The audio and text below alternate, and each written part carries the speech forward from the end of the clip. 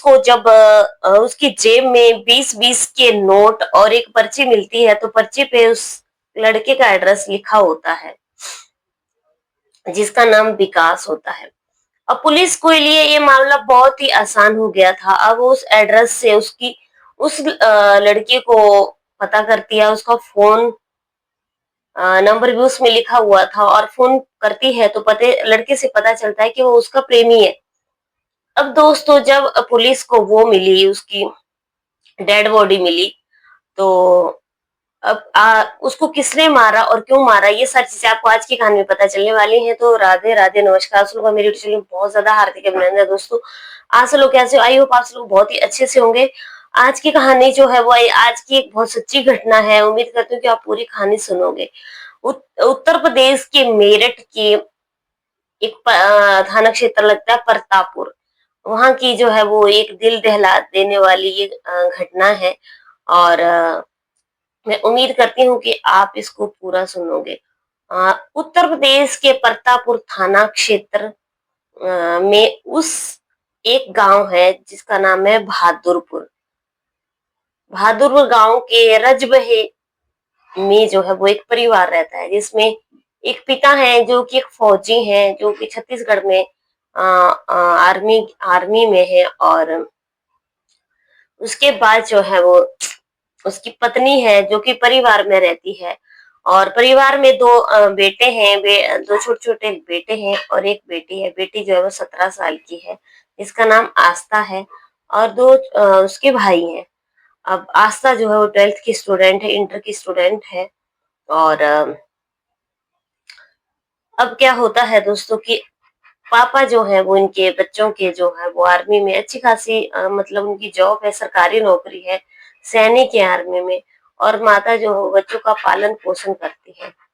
अब दोस्तों क्या होता है कि माँ जो है वो अपनी बेटी से बताती है, आस्था से, कि वो कहीं बाहर जा रही है। मतलब कहीं घर से बाहर जा रही है किसी काम करने के लिए, और अब जब माँ को बेटी को ये पता चल जाता है कि माँ जो है वो कहीं बाहर जा रही है, तो बेटी क्या करती है, बेटी माँ से कहती है कि माँ सही है, कोई बात नहीं, मैं घर पे अच्छे तरीके से रहूंगी और तुम अपना काम करके आ जाओ। लेकिन जब माँ वापिस आती है तो वो लड़की के साथ एक लड़का उसके रूम में होता है, और वो कुछ ऐसी स्थिति में माँ उनको देख लेती है कि माँ का गुस्सा जो है वो 7वें आसमान पे पहुंच जाता है, और माँ जो है वो बहुत ही गुस्से में होती है। अब माँ को जब बहुत ज़्यादा गुस्सा आ जाता है, तो माँ एक डिसीज़न लेती है कि मैंने अपनी लड़की को पहले भी समझाया था, लेकिन लड़की बिल्कुल भी नहीं समझी। अभी माँ जो है वो एक डिसीज़न लेती है। माँ के डिसीज़न के अनुसार वो अपनी बहन के लड़के को भी बुला लेती है, और उसके जो मामा के लड़के होते हैं उनको भी बुला लेती है दिल्ली से। अब क्या करते हैं कि एक ममेरा भाई और 2 मामा के भाई। अब क्या होता है कि माँ जो है वो इनको बुला लेती है, और जो लड़की होती है उसकी धारदार हथियार से हत्या कर देती है। जब माँ इसकी हत्या कर देती है, तो उसके बाद अब उनके लिए एक बहुत बड़ी अपॉर्चुनिटी हो जाती है कि इसको इसकी डेड बॉडी को कैसे और कहाँ रखा जाए। अब माँ क्या करती है, उस डेड बॉडी को जो है वो अलग-अलग हिस्सों में बाँट देती है, और उसका धड़ जो है वो गंगा नहर में फेंक देती है, और उसका सिर जो है वो अभी गायब है।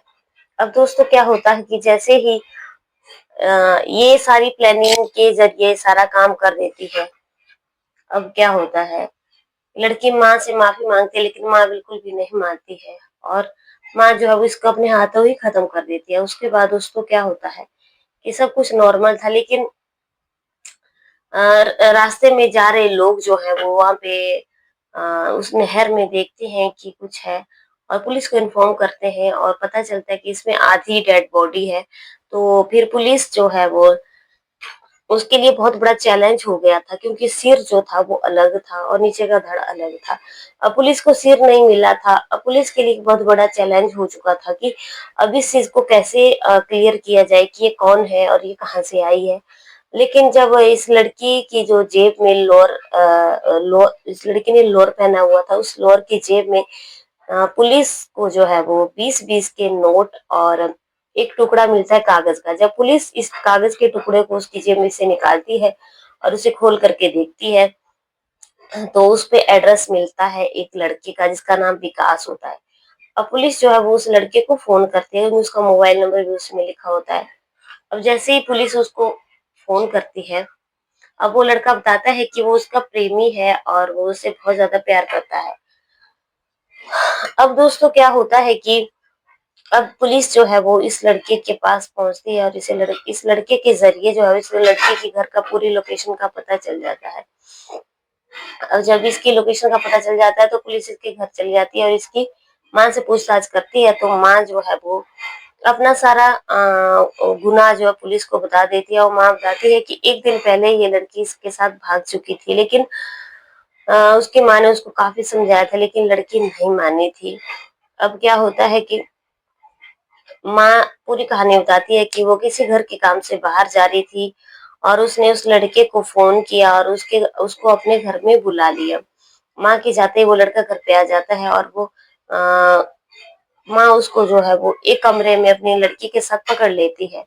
अब पुलिस को माँ बताती है कि इस ये लड़का जो है वो इस यहीं का है, जो यहीं का रहने वाला है और ये विकास जो है वो इस विकास के साथ इसके प्रेम संबंध थे और जिसका विरोध जो है वो इसके परिवार के सदस्य कर रहे थे और ये लड़के से बात करने से बिल्कुल भी नहीं मानती थी, लेकिन माँ ने इसे खूब समझाया था। इसकी दोस्ती जो है उसके साथ फेसबुक पे हुई थी और फेसबुक के बाद जो है वो एक दूसरे को इन्होंने नंबर दिया और इन दोनों की आपस में चैटिंग भी होने लगी।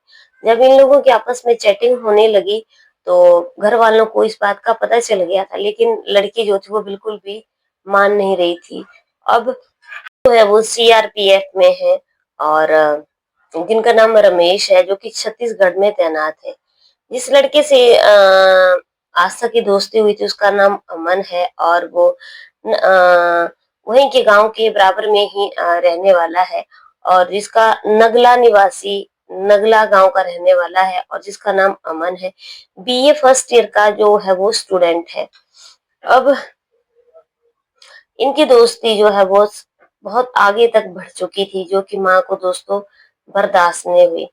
अब ये लड़की जो है वो अमन के साथ शादी करना चाहती थी, लेकिन अमन को जो है वो इसके घर वाले बिल्कुल भी पसंद नहीं करते थे। लड़की जो है वो शादी की जिद के ऊपर अड़ी हुई थी कि अगर मैं शादी करूंगी तो मैं अमन से ही करूंगी। अब क्या होता है कि घर वाले जो है वो इसकी बिल्कुल भी बात नहीं सुन रहे थे और उनका आपस में जो है वो मतलब इसके बारे में विरोध हो रहा था।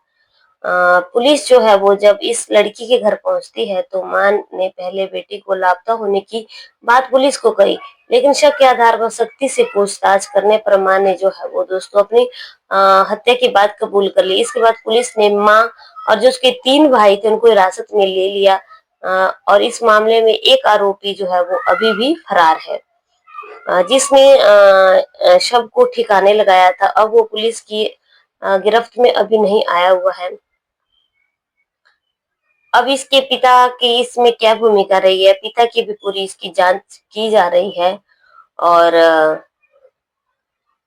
अभी जो है वो और इनके साथ और कौन-कौन मिला हुआ था, ये सारी चीजें जो है वो इन चीजों की पूरी जांच हो रही है। माँ ने जो है वो अपना जुर्म जो है वो कबूल कर लिया, लेकिन माँ ने जो है वो बहुत ज्यादा गलत किया। लड़की तो गलत थी ही, उसने वो जो कि घर वालों को कहना नहीं मान रही थी, लेकिन इतना बड़ा लड़की को 17 साल की पाल पोस करके बड़ा किया और अपने ही हाथों जो है वो लड़की को मार दिया। इससे तो सही ये था, माँ बाप को डिसीजन ये लेना चाहिए था कि लड़की जो है वो उसकी अपनी जिंदगी की खुद जिम्मेदार है, उसके साथ कुछ भी होनी अनहोनी होती है वो उसकी अपनी जिम्मेदार खुद है। एकदम आपा जो है वो दोस्तों नहीं खोना चाहिए। फिलहाल दुख तो माँ को बहुत ज्यादा हो रहा होगा, क्योंकि माँ जो है वो 9 महीने तक अपने बच्चे को अपने पेट में रखती है और जब बच्चा माँ के कहने से बाहर हो जाता है तो सबसे ज्यादा दुख माँ बाप को ही होता है और अब भी माँ को ही सबसे ज्यादा दुख हो रहा होगा। आजकल के बच्चों को न जाने क्या हो गया है, किसी की बात भी नहीं सुनते हैं।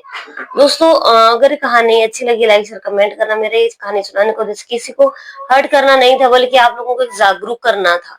कल की कहानी फिर से मिलेंगे। जय हिंद, जय भारत।